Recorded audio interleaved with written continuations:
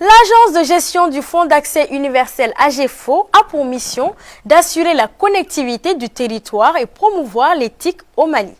Ainsi, l'agence a installé 23 nouveaux centres d'accès repartis sur le territoire national. Il s'agit de la seconde phase d'un vaste projet engagé depuis quelques années par l'AGEFO intitulé « Centre d'accès universel aux télécommunications et aux technologies de l'information et de la communication ».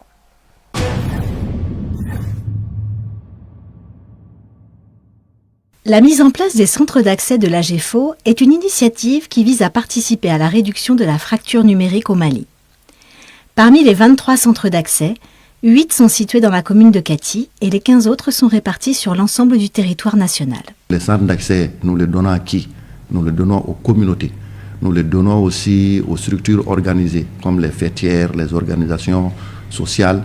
Nous les donnons aussi aux personnes vivant avec un handicap, comme les jeunes aveugles, comme les personnes de petite taille. Donc c'est une mission qui doit consister à faire en sorte que tous les Maliens soient égaux, d'accord, en matière d'usage des TIC. Donc un centre est composé de 15 ordinateurs, stand-alone, c'est des ordinateurs de très grande capacité, avec de très grands écrans, avec des capacités de stockage assez suffisantes, et avec tout un environnement autour constitué d'un laser, d'accord, et constitué aussi des microprojecteurs, et constitué aussi d'une imprimante multifonction, et puis d'un tableau, et puis tout l'environnement qui peut contribuer ou à faire la formation ou effectivement à faire des travaux en vidéoconférence et même individuellement à assurer le travail individuel des étudiants ou bien de toutes les personnes qui seront intéressées.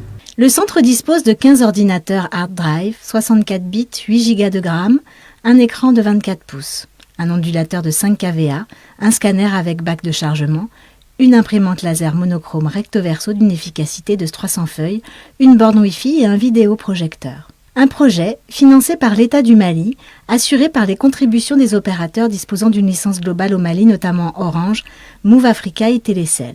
La seconde étape consiste à la numérisation de l'espace scolaire à travers les cases Wi-Fi.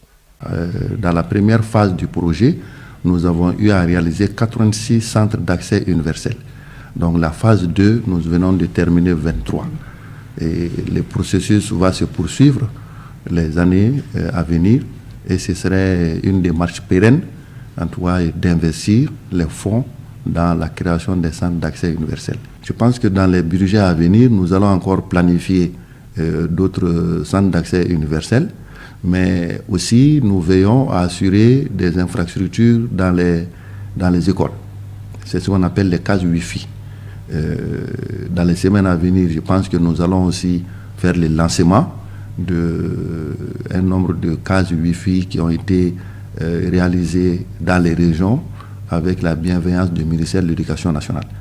Les cases Wi-Fi, à la différence maintenant des centres d'accès universel, c'est aussi des tablettes, d'accord, et avec un logiciel pédagogique qui permet aux jeunes apprenants de baigner déjà dans l'usage des outils TIC. Pour l'autonomie du centre d'accès universel, l'agence a mis en place des infrastructures pouvant soutenir les centres en cas de défaillance en zone urbaine ou en cas d'insuffisance d'énergie dans les zones rurales.